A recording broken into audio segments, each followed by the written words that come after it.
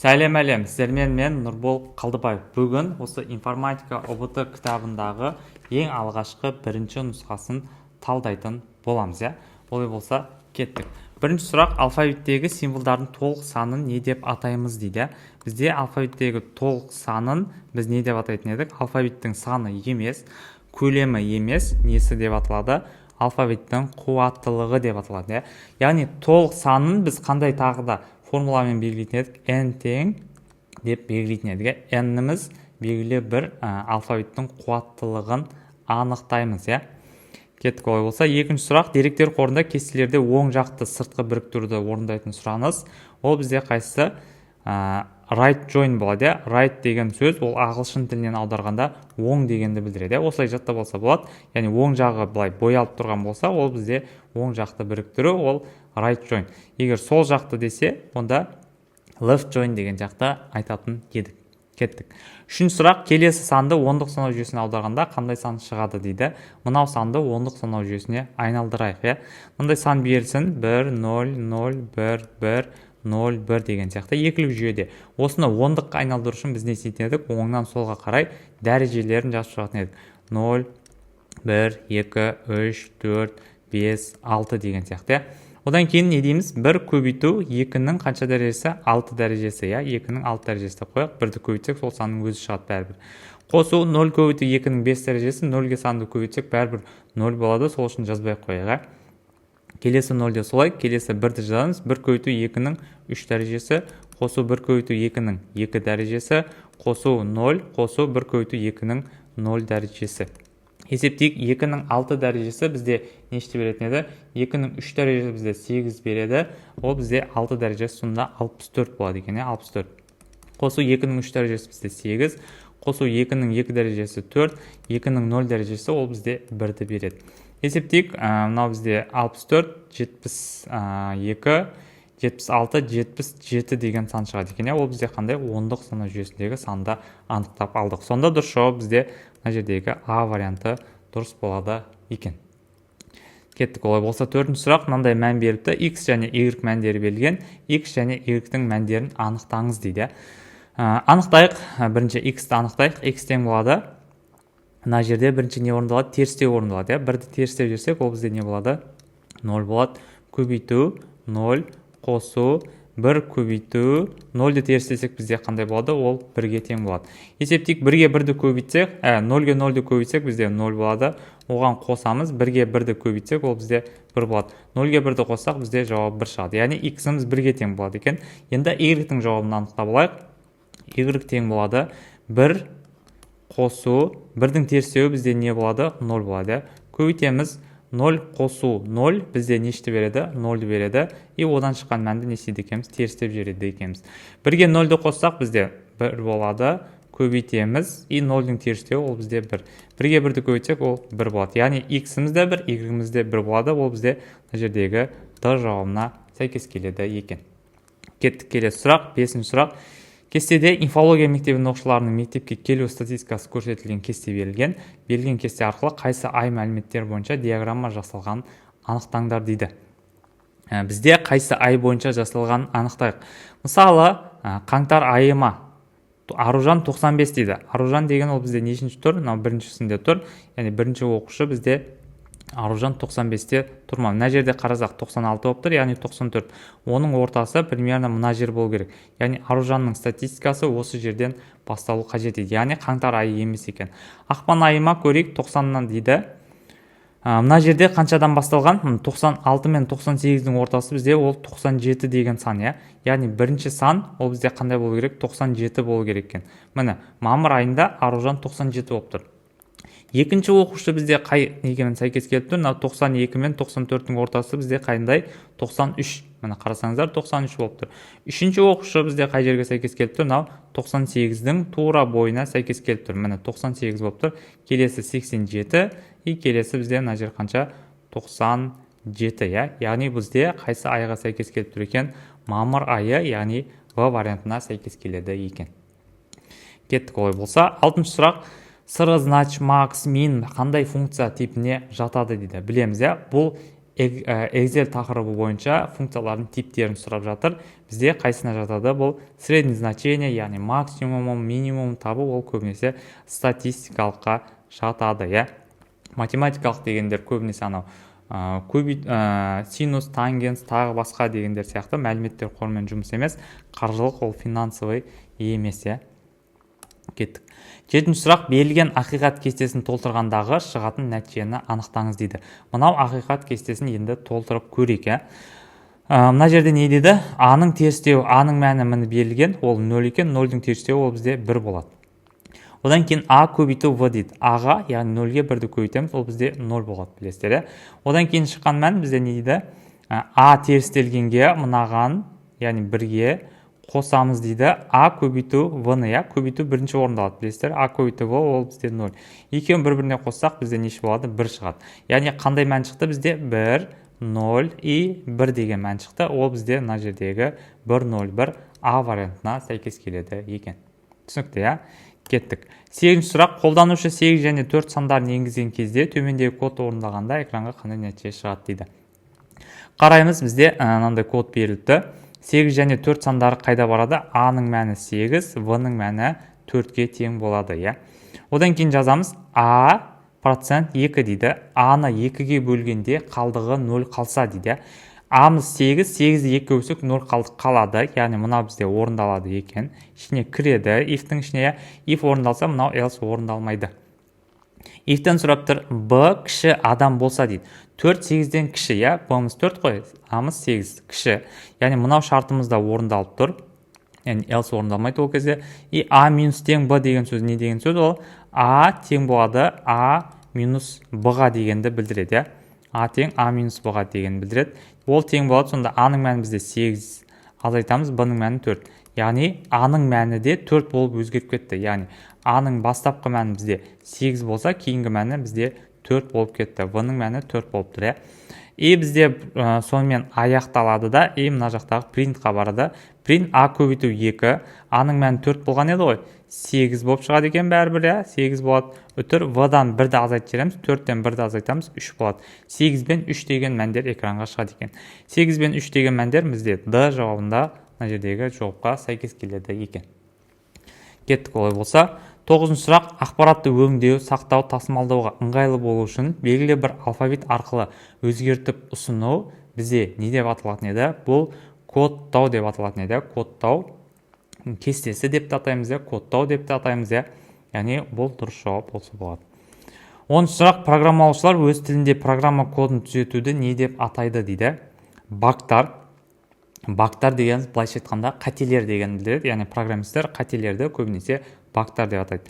Дебаггер дегеніміз ол не? Сол кодты, қатені түзетуді айтады. Яғни баг деген қате, дебаггер болса, ол сол қатені түзетуші дегенге сәйкес келеді. Яғни сәйкесінше бізде В жауабы дұрыс болады екен. Трассировка деген ол басқа нәрсе. Трассировка ол жаңағы әрбір мынандай кодтарымыз бар ғой. Сол кодтарға мысалы мына жерде айнымалар болса, соны жазып, әр кезде қандай мәндерді қабылдайды, мысалы 3, 2 болып өзгереді деген сияқты соларды жазуды трассировка кестесі деп атаймыз. Іске қосушы тоже емес. 11-ші сұрақ, төмендегі код орындалғанда қандай нәтиже шығады дейді? Бізде рекурсия берілген екен, def рекурсия функциясы берілген. Recur n дейді. Мына жерге recur n-ның орнына 23-ті қояды дегеніміз, яғни мына жерге 23 болады. Егер 23 үлкен 0-ден болса дейді, 23 0-ден үлкен, print n көбейту n дейді. n-ді n-ға көбейтіп экранға шығарады екенбіз. Яғни 23-ті 23-ке көбейтсек бізде қандай сан шығады екен? Калькулятормен есептеп көрейік. 23 көбейту 23 бізде 523 деген сан экранға шығады екен. 523. Одан кейін не дейді? Recur n-9 қылып қайтадан өз функциясын қайтадан шақырып тұр, иә. Мына жерден бит стрелка қойып қояйық. Recur n-9 деген сөз ол не деп орындалады? Recur n-міз 23, 23-тен 9-ды алып тастасақ бізде қанша сан шығады? 10, так, 3-ін алсақ, 6-ны азайтсақ 14 болады. Recur 14 болады екен. Recur 14 орындалатын кезде не болады бізде? Мынаған қайтадан барады. Recur мына жерге 14 саны түседі. If 14 0-ден үлкен, print 14 көбейту 14. 14 көбейту 14 экранға шығады екен. 14 көбейтсек бізде 196 деген сан шығады. 196. Надан кейін Одан кейін рекор n-9, яғни 14-тен азайтамыз нені? 9-ды. Рекор 14-тен 9-ды азайтсақ, бізде қанша сан қалады? 5 деген сан қалады. Рекор 5 болады екен. Мына жерге 5, 5-тен үлкен. Print 5 көбейту 5 ол бізде 25. Мына жерге 25 деген сан шығады келесісі. Одан кейін наны көбейтеміз, көбейтіп қойдық. 5-тен азайтамыз 9-ды. Ол не болады? Рекор 5-тен 9-ды азайтсақ, -4 болады, я. -4 мына жерге түскен кезде, -4 0-ден үлкен емес. Сол үшін не істейді? Мынау рекурсия функциямыз аяқталады екен. Сонда бізде экранға қандай жауаптар шықты? 523, 196 и 25 деген мына жердегі А вариантына сәйкес келетін жауап шығады екен. Кеттік. 12-ші сұрақ, кестеге мәлімет енгізгенде арналған SQL командасы дейді, енгізуге. Inserting емес, inserting деген ондай не жоқ, команда жоқ. Drop table ол таблицаны өшіру, бұл емес. Insert into деген ол бізде мәлімет енгізу. Кестеге жаңа мәлімет немесе жазбаны енгізетін кезде осы insert into table деп арғай таблицаларды мәліметтерді жазатын едіге. Select ол таңдау, былайша белгілі мәліметті таңдап экранға шығарып беру дегенді білдіреді. 13-ші сұрақ, ақпаратты үлкен өлшем бірлігінен кіші өлшем бірлігіне аударуды қандай арифметикалық амал қолданады дейді. Осы жерде көп оқушылар шатасады, бөлу деп ойлап қалады. Негізі бұның жауабы әрине көбейту. Неге? Себебі үлкен өлшем бірлігінен кіші өлшем бірлігіне аударсақ, мысалы, сізде 2048 килобайт болсын. Осы килобайтты байтқа айналдыру үшін біз не істейтін едік? Көбейтіп жібереміз. Килобайттан байтқа айналдыру үшін біз не істейміз? Көбейтеміз қаншаға? 1024-ке. Сонда бізде 2 миллион бірдеңе сан шығады. Немесе 1 килобайтты алатын болсақ, 1 килобайтты байтқа айналдыру үшін біз тоже 1024-ке көбейтіп жібереміз. Сол кезде 1024 не шығады? Байт шығады екен. Яғни үлкеннен кішіге аударғанда көбейтеміз, кішіден үлкенге аударғанда керісінше бөлеміз. Келесі сұрақ, компьютерді басқаруға арналған программалық жиынтығын не деп атаймыз дейді. Бұның жауабы бізде қайсысы болады? Программалық жасақтамалар. Сол программалық жасақтамалар арқылы компьютерді басқарамыз, арифметикалық амалдар орындаймыз, тағы басқалар деген сияқты. Кеттік. 15-ші сұрақ, интернетке немесе жергілікті желіге қосылған компьютердің қайталанбайтын бірегей адресі ол бізде қайсысы болады? Әрине IP адрес болады. Атайтып тұрғандай ол интернет протокол деп аталады. IP адрес. Яғни ол не істейді екен? Интернетке қосылса, ол тек қана сол адрес, сол неге ғана тиесілі болады. Сол компьютерге деген сияқты. Яғни сол арқылы біз сол компьютердің желідегі адресін қай жерде орналасқандығын анықтауға болады. Кеттік. 16-ші сұрақ, қандай атрибут пішіндегі деректерді веб-серверге жібереді дейді. Бұл қайсысы болады? On submit. Яғни атайтып тұрғандай submit деген сөз, ол былайша айтқанда жіберу деген. Submit деген кнопка бар еді. Егер HTML тілін білетін болсаңыздар, submit деген бар. Submitті формаға жалғасақ, ол бізде кнопка шығарады. Отправить немесе окей деген сияқты жазу басып қоятын едік. Соны басса формаға жіберіледі. Сол сияқты on submit деген атрибут осыған кіреді екен. Кеттік. 17-ші сұрақ, шешім қабылдауға қажетті ақпарат мөлшерін анықтайтын ақпараттың қандай қасиеті дейді. Шешім қабылдауға қажетті ақпарат мөлшерін деп тұрса, ол бізде әрине қайсы болады? Толықтығы. Егер ақпарат толық болса, мысалы, жазда менің туған күніме кел десек, ешкім түсінбеуі мүмкін. Қай кезде? Яғни жазда 90-91 күн бар. Қай күні? Нақтылау керек. Мысалы, жазда, мысалы, шілде айының 15 күні сағат мынаншада мынандай адреске кел десе, онда ақпарат толық болады. Яғни қажетті ақпарат мөлшерін осы толықтығы анықтайды екен. Кеттік. 18-ші сұрақ, like операторындағы процент арнайы символының сипаттамасы қандай? Кез келген таңба қосу емес, кез келген таңбаны біз мынандай нижний пробелмен жазатын едік. Кез келген жол ұзындығы, жол ұзындығы, яғни процентпен жазсақ, ол бізде мысалы мындай былай жазсақ, процент деген ол кез келген ұзындығы. Мысалы n, осылай процент десек, n-нан келетін барлық нәрселерді бізге шығарып береді деген сияқты. n и ары қарай мысалы нұр болуы мүмкін, ол Нұрдәулет болуы мүмкін деген сияқты шығарып береді екен. 19 сұрақ, берілген кодтың нәтижесін анықтаңыз дейді. Мынандай не берілген екен, Pythonда код берілген екен, былайша айтқанда екі өлшемді массив берілген екен. Осыны сортировка жасаңыз деп тұр екен. Егер бізде екі өлшемді массив берілсе, онда сортировканы оның каждыйының ішінен жасамайды. Мысалы, кейбір оқушылар былай ойлап қалуы мүмкін, бірінші -8 болады ең кішкентайы, одан кейін үлкені там 3 болып тұр деген сияқты осылай сортировка жасап қою мүмкін. Егер бір өлшемді массивтің ішінде тұрса, онда солай жасалушы еді. Бұл бір өлшемде де тұрған жоқ, екі өлшемде де тұр. Сол үшін бұл каждый жеке есептелінеді. Мысалы, біріншісін қарайды 6-мен басталыпты, екіншісі 12-мен, үшіншісі 6-мен. Яғни бірінші орынға 6-мен басталатындарды қояды екен.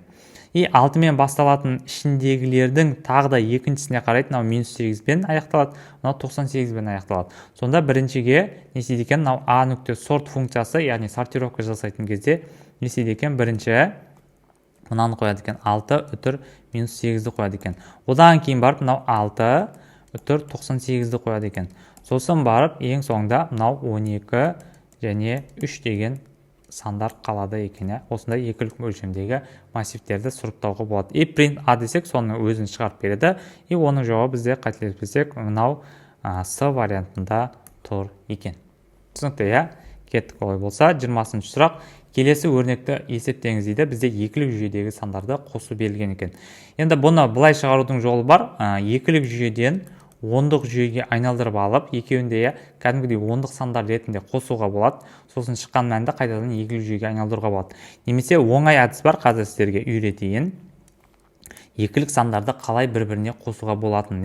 Бірінші санды жазайық. 1, 0, 1, 1, 1, үшеуі, 0, 1, 0.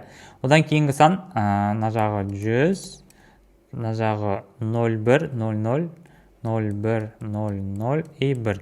Екеуін бір-біріне қосайға. 0-ге 0-ді қоссақ, 0 білеміз. 1-ге 0-ді қоссақ, 1. 0-ге 1-ді қоссақ, 1 білеміз. 1-ге 0-ды қоссақ, 1. Енді 1-ге 1-ді қоссақ, 2 болады.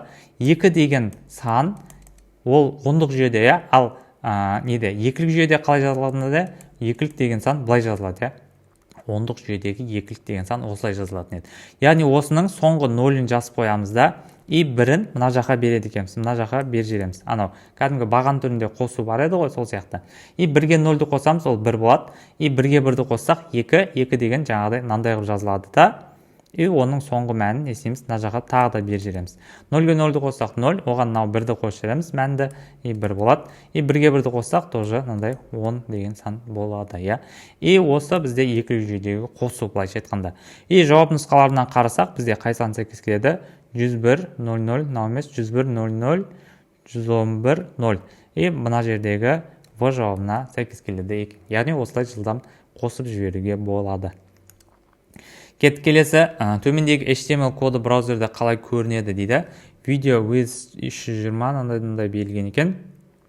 Бет ашылған кезде видео автоматты түрде ойналады дейді. Автоматты түрде ойналады деген сөз, ол бізде қандай қайсысы берілген? Жерде қарасаңыздар, autoplay деген берілген. Яғни ол бет жүктелген кезде видеомыз автоматты түрде ойналады, яғни автоматически play басылады. Сонда дұрыс жауабы мына жердегі А варианты болады екен. 22-ші сұрақ, берілген PHP кодында қолданылған жолдың қызметін анықтаңыз дейді. Мынандай берілген екен. Бұл нені білдіреді? HTML кодын аяқтау емес. HTML коды бұлай аяқталмайды. HTML деген текпен аяқталатын еді. PHP кодын аяқтау, PHP кодын аяқтауға жатады. Яғни PHP коды өзі осылай басталатын еді. Білетін болсаңыздар, осылай басталатын еді. Осылай тоже аяқталатын еді. Яғни дұрыс жауабы бізде қайсысы PHP кодын аяқтау болады екен. 20-ші сұрақ, осы кестеде кілттік өріс ретінде қай бағанды таңдауға болады?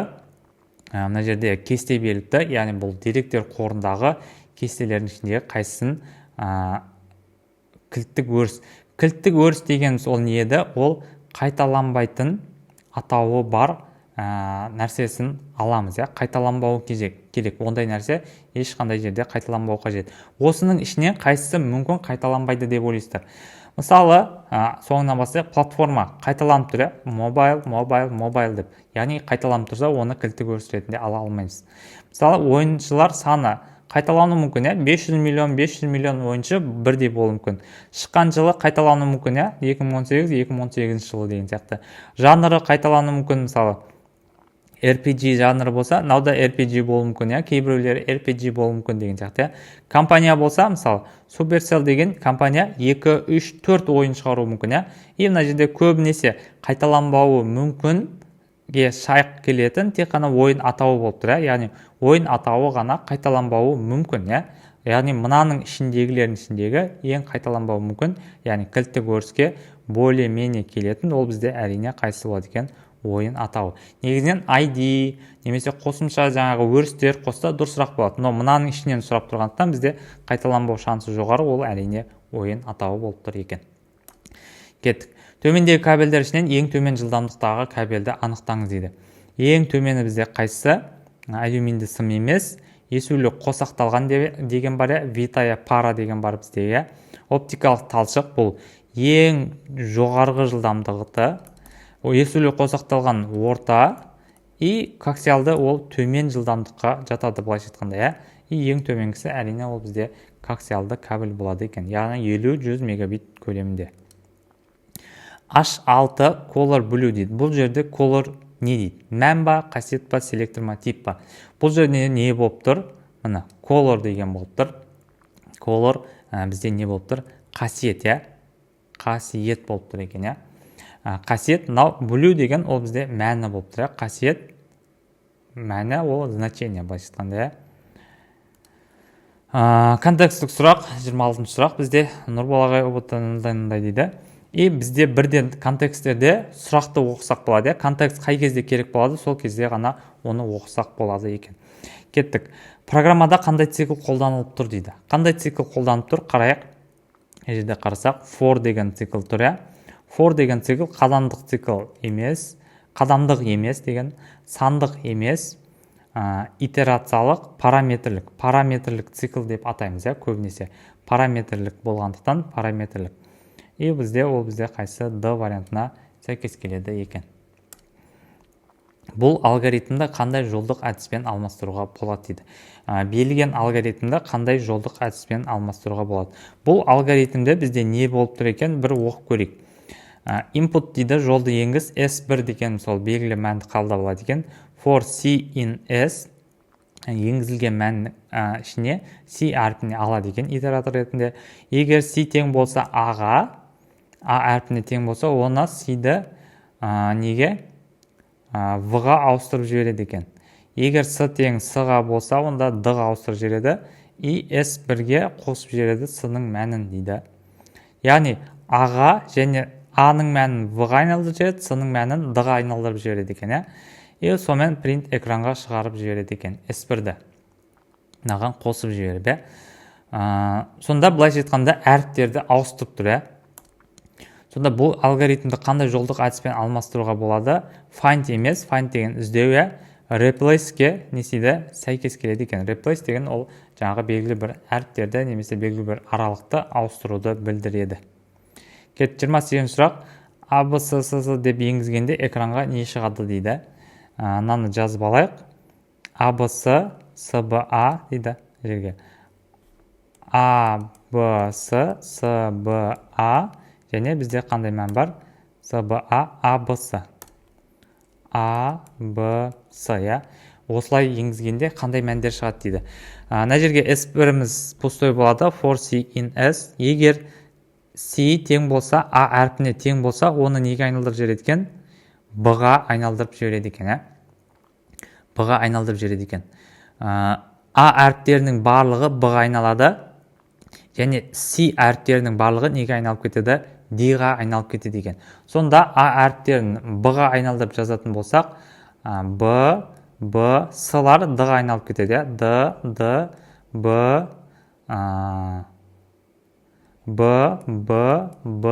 S-мыз D-ға айналып кетеді. Мынандай сөз шығады екен, B, D деген сияқты. Қарап көрейік. B, D деген ол примерно мына екеуі келіп тұр. И арғарай қандай болатын еді? B, D 3, 4B, 1D. 4B, 1D. 4B, мына жерде 3B болып тұр. Мына жерде 4b 1d болыпты. Яғни мына жердегі д жауабына сәйкес келеді екен. Кеттік. Олай болса, егер бос жол енгізілсе, S1 айнымалысының мәні қандай болады дейді. Бос жол енгізілсе, бос жол қате шығады дейді, бір бос орын дейді, жаңа жол символы пайда болады дейді. Егер бос жол енгізілсе, S1 айнымалының мәні бізде қандай болады? Мына жерде қарап көрейік. S1-міздің іші пустой болып тұр ғой, яғни бос жол болып тұр. Мына жерде S1-ге ештеңе қосылмайды, сол үшін не істейді? Мына жерде ештеңе орындалмайды и пустой болып қалады, былайша айтқанда, бос жол болып қалады. Мына жерде просто енгізген кезде грамматикалық қате кетіп қалыпты, просто бос жол болады. Бұл код енгізілген жолмен не істейді дейді. Білеміз, не істейтін еді? Мына жерде с әріптерін а әрпіне, а әріптерін в әрпіне, с әріптерін д әрпіне ауыстырады. Мына жерде қарап көрейік. В әрпін аға емес, а әрпін в-ға, с әрпін д-ға ауыстыратын код екен. Түсінікті, кеттік. 31-ші сұрақ. HTML тегтерін сәйкестендіріңіз дейді. Шаршы түріндегі маркер дейді. Шаршы түріндегі маркер. Бізде шаршы деген ол бізде қалай жазылады? Ағылшынша square деп аталады екен. Square, былайша айтқанда квадрат деген сияқты. Мынандай маркерлерді, квадратный маркерлер, былай, квадратный маркерлер болады. И мысалы, жаңағы адамдардың есімі болсын, Нұрбол деген сияқты, Нұрдәулет деген сияқты, Нұрберген деген сияқты адамдар болса, и осылай квадратный немен тізіммен шығарып береді екен. Шаршы түріндегі маркерлер ол А варианты бізде біріншісі болады екен. Шеңбер түріндегі маркер ол бізде қайсысы болады? Шеңбер түрінде сұраса, ол circle деп аталады. Circle дөңгелек шеңбер түрінде шығарып береді. Яғни В вариантымыз қайсыған 4-ге сәйкес келеді екен. 32-ші сұрақ. 72 санын екілік, сегіздік санау жүйелеріне аударыңыздар дейді. Аударайық. 72 санын екілікке айналдыру үшін біз не істейміз? 2-ге бөліп шығамыз. 72-ні 2-ге бөлсек 36, 72 болады, азайтамыз, 0 қалдық қалады. 36-ны 2-ге бөлсек 72, азайтамыз, 0 қалдық. 36-ны 2-ге бөлеміз, 15, 16, 17, 18 болады. 18-ді 2-ге көйтеміз, 36, азайтамыз, 0 қалдық. 18-ді 2-ге бөлеміз, 9, 18, азайтамыз, 0 қалдық. 9-ды 2-ге бөлеміз, 4-тен береміз, 8, азайтамыз, 1 қалдық. 4-ді 2-ге бөлеміз, 2, 4, азайтамыз, 0 қалдық. 2-ні 2-ге бөлеміз, 1, 2, азайтамыз, 0 қалдық. И 1 қалдық қалды. И керісінше жазсақ, бізде қандай болады? 1, 2, 0, 1, 3, 0 болады. 3, 0. Осында екілік жүйедегі сан шықты. Ол бізде қай сан сәйкес келіп тұр? 101, 1001, 3, 0. Ол бізде А-мыз 3-ке сәйкес келеді екен. А 3 болады екен. И 8-дік жүйеге айналдыру үшін 8-ге бөлеміз. Енді 72-ні бөлеміз 8-ге. 9-дан береміз. 72 болады. Азайтамыз, 0 қалдық. 9-ды 2-ге бөлеміз. 8-ге бөлеміз. 1-ден береміз. 8, азайтамыз, 1 қалдық. 1. И керісінше жазсақ 1, 1, 0 деген сан шығады екен. 1, 1, 0. Ол бізде 8-дік жүйеде. 1, 1, 0 деген мынау 4-шіге сәйкес келеді екен. Яғни В вариантымыз 4 пен дұрыс болады екен. Түсінікті, кеттік. Келесі сұрақ. Берілген кодтағы айнымалы мәнін және шығатын нәтижені сәйкестендіріңіз дейді. Pythonда код беріліпті. Осы кодта мына жерде мысалы S4 кезінде қандай мән орындалады дейді. Қараймыз. А тең бізде тізім берілген екен, яғни массив. В тең болады жаңадан массив. С тең болады, бізде бірінші нешті аламыз? 4 аламыз. С-ны 4-ке теңестіріп алайық. Тексереміз. For x in A, яғни цикл жүріп жатыр. In A болған кезде A массивінің каждый элементін x-қа теңестіріп алады екенбіз. Егер x% 2, яғни мынаның мәндері тақсан болатын болса, онда мынау ішіндегі шарттар орындалады дейді. Тақсан болмаса, жұпсан болатын болса, мынау орындалады, жұпсан болмай, яғни тақсан болса, онда else оператор орындалады. 3-ті қойсақ, 3-ті 2-ге бөлсек қалдық қалады, сол үшін ол if емес, мына жақтағы else-ға барады екен. Тексереді, егер x 10-нан үлкен болса дейді, 3 10-нан үлкен емес, сол үшін ол бізде қайға төменгі қарай түседі, b нүкте append дейді. B-ның мәні, мына жаққа b массивін жазып қояйық. Append деген қосу, x қосу s дейді. X-ің мәні бізде басындағы қанша болды? 3 болды. 3-ке қосамыз s-ны. с-ның мәні бізде қанша? Ол 4. 3-ке 4-ті қоссақ бізде 7 болады екен. Келесі 9 болады. X-тің мәні 9 болады. 9-ды 2 бөлсек тоже жұпсан емес. Мына жаққа барады else-ға. 9 оннан үлкен емес. Тоже и b нүкте append қосамыз b массивына 9-ға қосамыз 4-ті бізде 13 бола ма? Келесі 4 болады. 4 болған кезде 4-ті қойсақ, 4 ол бізде жұпсан. Жұпсан болғандықтан мына жаққа кіреді. Тексереді. Егер 4 3-ке бөлсе қалдық қалмаса дейді. 4-ті 3-ке бөлгенде қалдық қалады. Сол үшін мына жаққа else-ға барады. b нүкте append қосып жібереді. Қандай? Сол 4-ке көбейтеміз. 4-ті ол бізде қанша? 16 болады. Келесі сан бізде 12 болып тұр. 12-ке барған кезде 12-ке барамыз. 12 2-ке бөлген кезде 0 қалдық қалады. 12 мына жақта 3-ке бөлген кезде 0 қалдық қалады. И сонда b нүкте append 12-ні бөл жібереміз с-ға 3-ке. 4-ке бөлеміз. 4-ке бөлгенде бүтін бөлігі, яғни 3 деген сан қалады бізде. И бізде 12-ні 4-ке бөлгенде бүтін бөлігі 3 деген сан жерге қосылады екен. Келесі 7 деген сан. 7-ні мына жерге қойған кезде 7-ні қояйық. 7 мына жерде 2-ке бөлінбейді. Сол үшін бірден төменге түсіп кетеді. Else-ға барады. 7 оннан үлкен емес. Сол үшін b нүкте append орындалады. Мына жерге 7 қосу с-ымыз неше еді? 4 еді. 7-ге 4-ті қоссақ бізде қанша болады? 11 болады. 11. Келесі 12-ден кейін бізде 7-ден кейін 15 деген сан болып тұр. 15-ті қойсақ, 15-ті 2-ке бөлсек жұпсан емес. Сол үшін мына жаққа else-ға барады. 15 оннан үлкен. Үлкен болғандықтан мына жерде не орындалады? b нүкте pop дейді. Pop деген функция ол нені білдіретін еді? Осы индекстегі мәнді өшіріп таста деген білдіреді. 15-ті қойсақ, мына жерде 15 былай бөлу 4 деп қойсақ, бізде нешені береді? 3 бүтін қалады, яғни 3 деген сан береді. Үшінші индекстегі мәнді неседі өшіріп тастайды екен. Өшіріп тастайтын болсақ 0, 1, 2, 3. Үшінші индексте не тұр? 3 деген санды өшіріп тастайды екен. И continue дейді, и жалғастырады циклді, и сонымен цикліміз аяқталып қалды. 15 соңғы мән болатын. И ең соңында print b деген тұр, b-ның мәнін экранға шығара салады екен. Шығарған кезде бізде намен аяқталды. Сонда 7, 13, 16, 11 деген сан шығады. 7, 13, 16, 11 бізде жердегі 1-ге сәйкес келеді екен. A мәні 1-шіге сәйкес келеді екен. Енді келесі с-ның мәнін 2-ге қойсақ қалай болады дейді. Есептеп көрейік. Дәл солай есептейміз барлығын. Дәл солай есептейміз. Уже бұл жолы с-ның мәні 2-ге тең болады екен. Кеттік. Мына жерде x-тің бірінші мәні ол 3 болады. 3 ол бізде жұпсан емес. Мына жаққа барады. Тақсан 3 оннан үлкен емес. Мына жаққа барады. Append 3-ке қосамыз. С-ның мәні қанша? 2. 3-ке 2-ні қоссақ 5 болады. Келесі 9-ға барады. 9 бізде қай жеріне орындалады? Тақсан емес. Тақсан емес болғандықтан else-ға барады. Оннан үлкен емес. Сол үшін тек қана не істейді?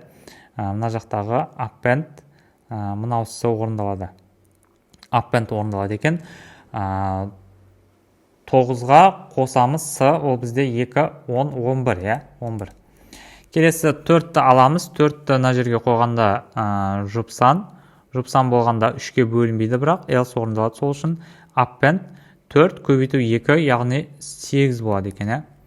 Одан кейін 12-ге барады. 12-ге барған кезде 2-ке де бөлінеді, 3-ке де бөлінеді. И сонда b append 12 былай 2 болады. Ол бізде нешті береді? 2-ке бөлгенде 6 қалады. Яғни 6 болады екен. Келесі 7-ге барған кезде мынау орындалмайды. Мына жаққа барады else-ға. 7 оннан үлкен емес. Сол үшін мына жақта b нүкте append 7-ге 2-ні қосамыз, 8, 9 болады. Келесі 15-ге барған кезде 15 мына жерге барады. 15 2-ге бөлінбейді. Сол үшін төменге түседі. 15 оннан үлкен болғандықтан b нүкте pop орындалады. Pop деген бағана айттығы. Сол индекстегі мәнді өшіріп тастайды. 15-ті 4-ге бөлсек, бізде бағана айтқанымыздай 3 бүтін қалады, яғни соны не істейді, удалить етіп тастайды, өшіріп тастайды үшінші индексте. 0, 1, 2, үшінші индексте бізде не тұр? 6 саны тұр, яғни 6 санын өшіріп тастайды, и continue дегенде мына жаққа көшіріп жібереді. И сонымен циклымыз аяқталады екен, иә. Сонда бізде 5, 11, 8, 9 деген мәндер шықты. Сымыз 2-ге болғанда 5, 11, 8, 9 ол әрине бізде 4-ші жауапқа сәйкес келіп тұр екен. Яғни v-ның мәні бізде 4-ге сәйкес келеді екен.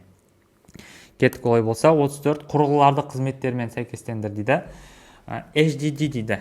HDD қайсысы? Жиі қолданылатын деректерді уақытша сақтау үшін қолданылатын шағын көлемде есте сақтауға арналған жад емес, иә.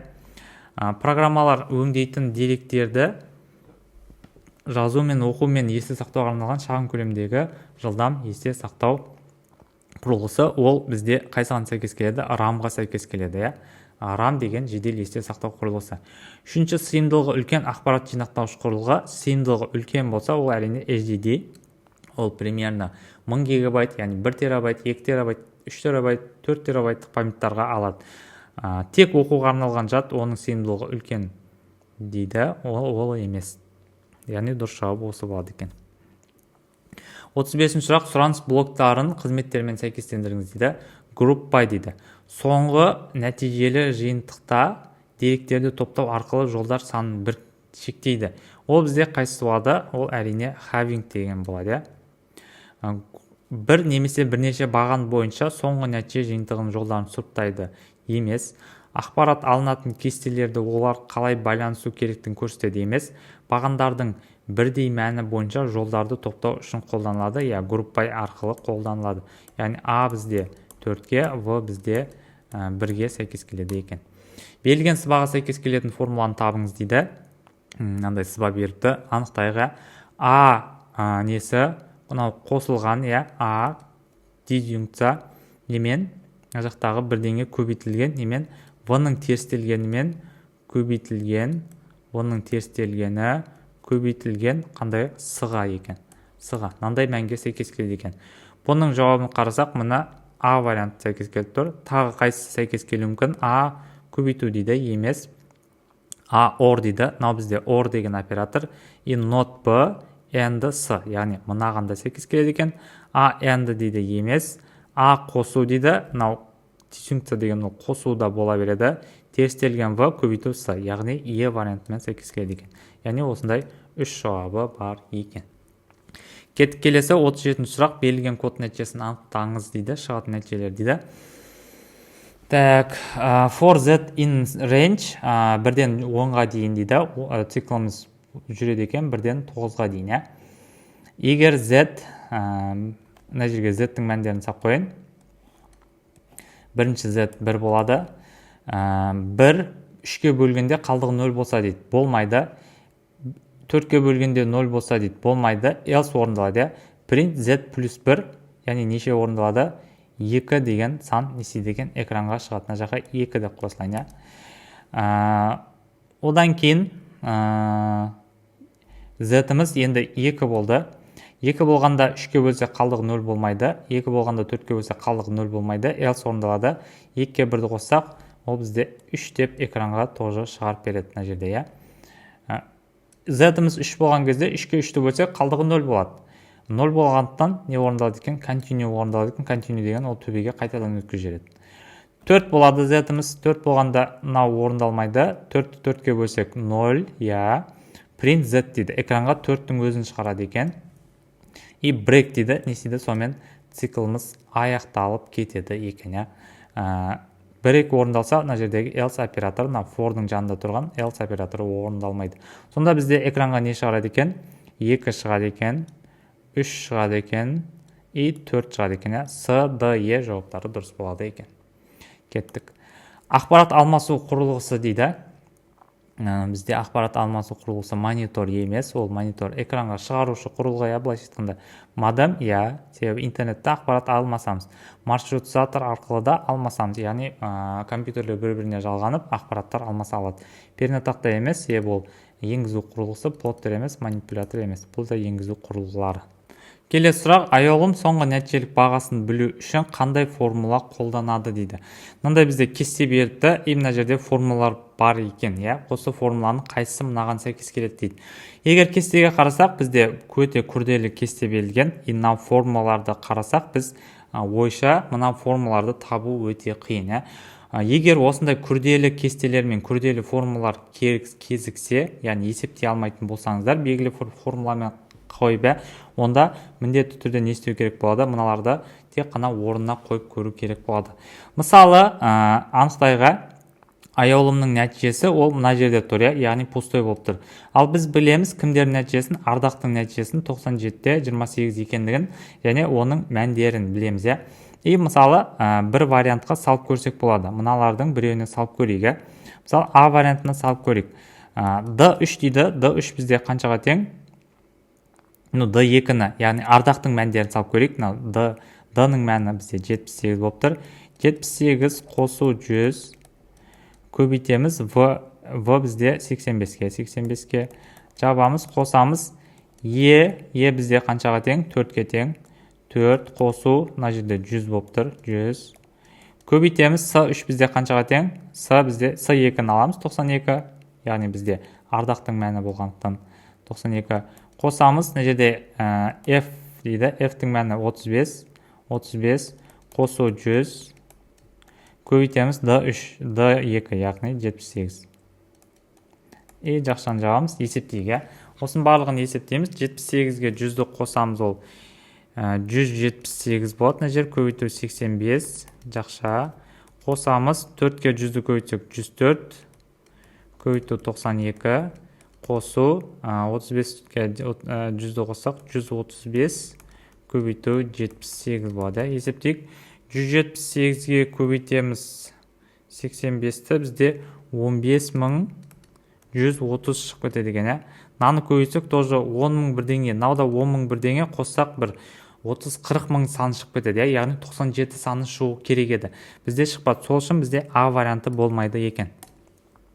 И дәл солай біз не істей аламыз? Басқа варианттарды да қойып көре аламыз. Чтобы мынау ардақтың мәні қай кездері дұрыс болатындығын тексеру үшін. Ардақтың мәні қай кездері дұрыс болатын болса, онда мысалы мына формулаларға қойған кезде, мысалы В вариантына қойсаңыз да тоже қате болады. Яғни ардақтың мәндерін қойып шықсаңыз 97-те 28 шықпайды. С-ны да қойсаңыз шықпайды. D-ны қойсаңыз бен және F-ті қойсаңыз дұрыс шығады. Қазір мен сіздерге D мен F-ті қойып көрсетейін, ардақтың мәндерін. Яғни 85-ті қойайық. Мысалы D-ны қойсаға V3-ті қойайық.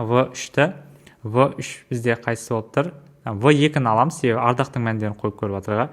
85 көбейту, битсіз қойын, чтобы көрініп тұру үшін. 85 көбейту, D бізде 78 болды. 78, оны бөлеміз 100-ге. Қосамыз, С бізде 92-ке тең. 92, E3, E бізде 4-ке тең. Көбейту 4, бөлеміз 100-ге.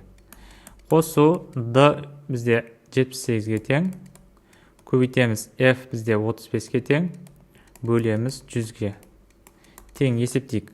85-ті көбейтеміз 78-ге. Бөлеміз 100-ге. Бізде 66-та 3 шығады екен.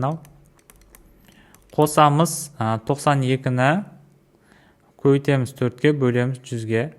Бізде 3-те 68 болады екен. И қосамыз 78-ді көбейтеміз 35-ке, бөлеміз 100-ге. Тең бізде 27-те 3 шығады екен. Барлығын қоссақ, қосамыз 3-те 68, қосу 66-та 3. И бізде 97-те 28 деген сан шығады екен. Яғни ардақтың мәнімен сәйкес келді. И аяулымда да дәл сол формула болады екен. Яғни D варианты дұрыс болады екен. И екінші вариант ол бізде F варианты болады. Қазір мен сіздерге тоже F вариантын қойып көрсете салайын, чтобы ұзақ уақыт кетпес үшін. ОБТ-да келсе, осындай С деңгейлі қиын есептер кеп қалуы мүмкін Excel-ге байланысты. Мынаны қойып көрейік. F вариантын D бізде қаншаға тең? D бізде ардақтың мәнімен қоятын болсақ 78 бөлеміз 100-ге. Көбейтеміз. V3 бізде қайсысы? V2 яғни 85-ті ала саламыз, 85-ті. Қосамыз, бізде 4-ке тең, бөлеміз 100-ге, көбейтеміз, бізде 92-ке тең. Қосамыз, F бізде 35, бөлеміз 100-ге, көбейтеміз, бізде 78-ге тең. Сонда есептеп көрейік, 78-ді бөлеміз 100-ге, шыққан мәнді көбейтеміз 85-ке, тең бізде 66-та 3 болады екен. Қосамыз, 4-ті бөлеміз 100-ге, шыққан мәнді көбейтеміз 92-ге. 3-те 68, бағанағы мәндер шығып жатыр, былайша айтқанда. 35-ті бөлеміз 100-ге, көбейтеміз 78-ге. Бізде 27-те 3 болады екен. И барлығын қоссақ, 97-те сол 28 деген санымыз шығады. Яғни дұрыс жауаптар осы D мен F варианттары дұрыс болады екен. Түсінікті, Кеттік. 40-шы сұрақ, реляциялық деректер қорындағы кестенің негізгі қасиеттерін анықтаңыздар дейді. Кестедегі жолдар ретінің орналасуы анықталған дейді. Жоқ, анықталмаған. Яғни жолдар, мысалы, жазба бірінші тұру керек, екінші тұру керек деген нәрсе жоқ. Яғни ол шатасып тұру мүмкін. Бір бағанның барлық мәндері бір деректер типіне жатады. Сан, мәтін, күн деген сияқты. Бір баған, мысалы, жасы десе, ол сандардан тұру керек, тек қана. Адресі десе, ол тек қана текстік мәндерден тұру керек деген сияқты. Яғни ол В варианты дұрыс болады. Әрбір бағанның қайталанбайтын аты бар, кесте ішінде дейді.